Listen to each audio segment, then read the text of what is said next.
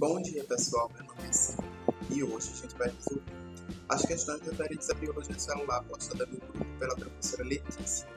Espero que vocês estejam com suas fichas, com seus roteiros de estudo, que também foi postado com as atividades e que tenham feito para que a gente consiga fazer uma revisãozinha em relação à biologia celular. A primeira questão do Enem de 2014, ela trata da teoria endossimbiótica. A resposta dessa questão é a letra D. Contudo, as demais alternativas, elas não estão totalmente erradas. O problema das demais alternativas é que elas não são a principal característica, elas são indícios. Então, com certeza, a capacidade de produzir sozinha moléculas de ATP é uma característica. Presença de parede celular semelhante de procariotos é uma característica, mas não é a característica que define a mitocôndria como sendo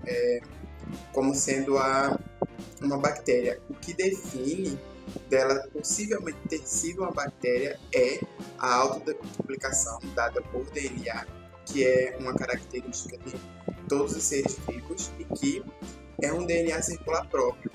Então, as bactérias, o seu material genético, ele está disposto dentro da célula como um material genético circular. Então, é isso que define a mitocôndria como sendo uma possível bactéria que foi fagocitada por uma célula maior. A segunda questão, ela pede para você fazer associações das organelas com suas funções. Então, a resposta dessa questão é a letra D. A primeira, o peróxido. Ele tem a principal função de decompor a água oxigenada ou chamado peróxido de hidrogênio. Dentro dos peróxidos há uma grande quantidade de catalase, que é uma enzima responsável por quebrar esses peróxidos de hidrogênio, porque são espécies reativas de oxigênio e que não podem ficar soltas dentro do organismo porque pode causar lesões celulares. Os centríolos, eles estão envolvidos na formação de cílios e flagelos. A gente tem um dos principais exemplos como o espermatozoide. Então, o espermatozoide ele tem a sua cauda formada a partir de centríolos.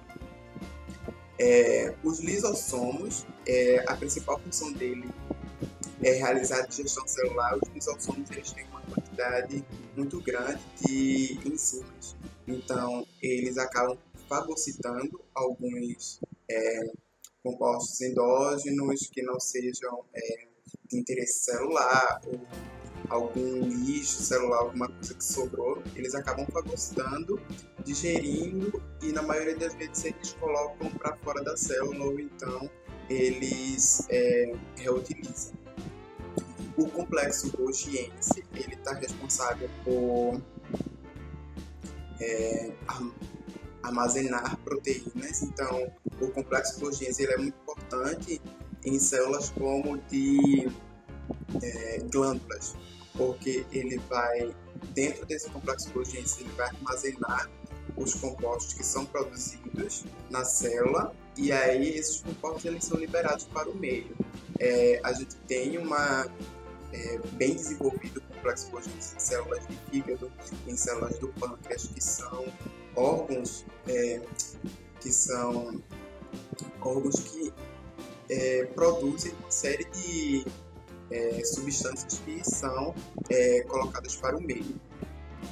E o retículo endoplasmático não granuloso é responsável por fabricar lipídios. A gente tem que o granuloso ele tem a fabricação de proteínas, principalmente porque os grânulos são os lipossomos, e o liso ele armazena uma quantidade muito grande de lipídios. Então, esses lipídios eles serão utilizados para diversos fins, inclusive hormônios. A questão 3 é da UDESC, de 2017, e ele pede para você relacionar algumas estruturas encontradas nas células bacterianas, vegetais e animais. Então, a resposta dessa questão é a letra B. DNA, RNA, membrana citoplasmática e ribossomos. Por que não pode ser a letra A? as bactérias elas não possuem organelas membranosas. E isso inclui retículos, complexos de Golgi, a própria mitocôndria. Então, a letra A, ela cita retículo endoplasmático e mitocôndria, que não tem em uma célula procariótica. A letra C, ele fala retículo e complexo golgiense, além de lisossomos e peroxissomos. Então, a gente também não tem na célula procariótica. Vacúolo, plastos, ribossomos e membrana citoplasmática. Da letra D, a única coisa que possui as únicas estruturas que as células procarióticas possuem são os ribossomos e a membrana citoplasmática. Vacúolos e plastos não estão presentes em células procarióticas. E a letra E, a gente exclui carioteca e mitocôndria, que são características de células eucarióticas. Nós pulamos a questão 4, porque ela está com mais de uma correta. Então, ela está errada. E a gente vai para a questão 5. A questão 5, ela fala sobre a difusão do... Já falei a resposta. Ela fala do oxigênio e do gás carbônico, que são moléculas que atravessam a membrana plasmática por um tipo de transporte. Esse tipo de transporte é a letra C, no caso é a difusão simples, e ele ocorre justamente por conta da diferença de concentração dentro do vaso e fora do vaso. O que acontece? O alvéolo, quando a gente respira, a gente coloca para dentro uma quantidade muito grande de oxigênio.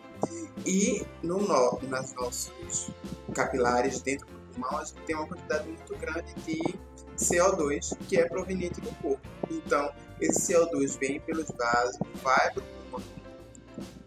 E aí, quando ele chega no pulmão, a gente acabou de inalar essa quantidade de ar com O2, e aí ocorre uma troca.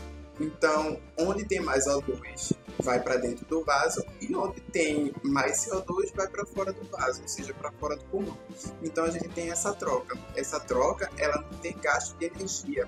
Então, ela é uma difusão simples. Se ela tivesse gasto de energia, seria difusão facilitada.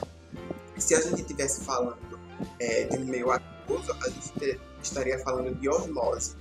Se a gente estivesse falando de troca de sódio e potássio, a gente estaria falando de bomba de sódio e potássio. E se a gente estivesse falando de um transporte que tivesse um gasto energético,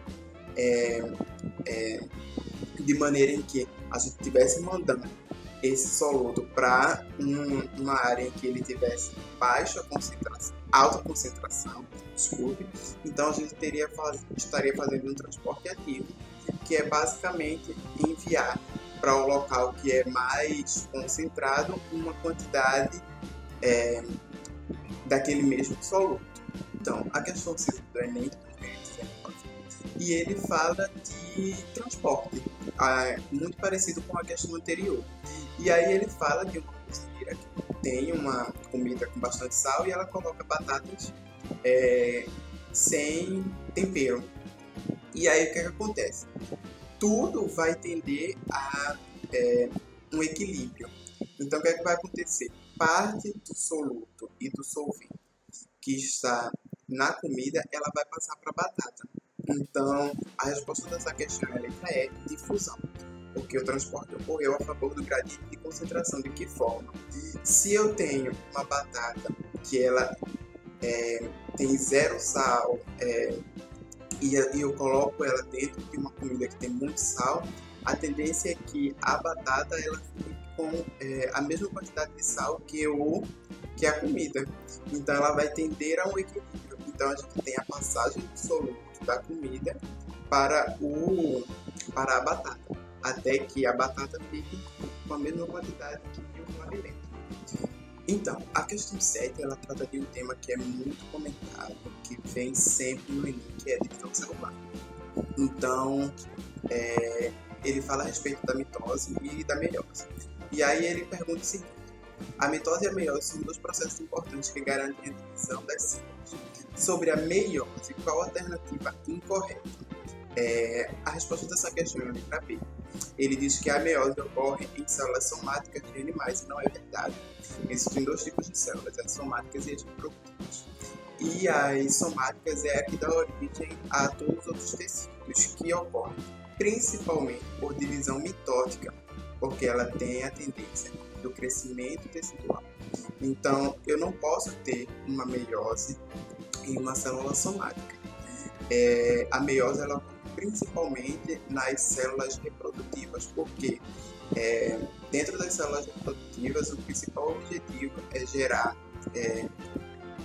células que possuem metade do valor de carga genética que a célula mãe. Então a gente vai ter uma divisão, no caso da mitose, a gente tem uma divisão em duas células idênticas à mãe.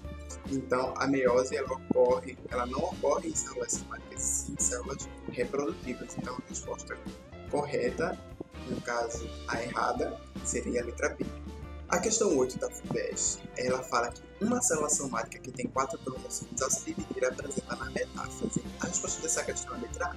4 cromossomos distintos, cada um com 2 cromáticos. Durante o processo de divisão celular na metáfase, os cromossomos eles estão no centro da célula, ou seja, no equador da célula.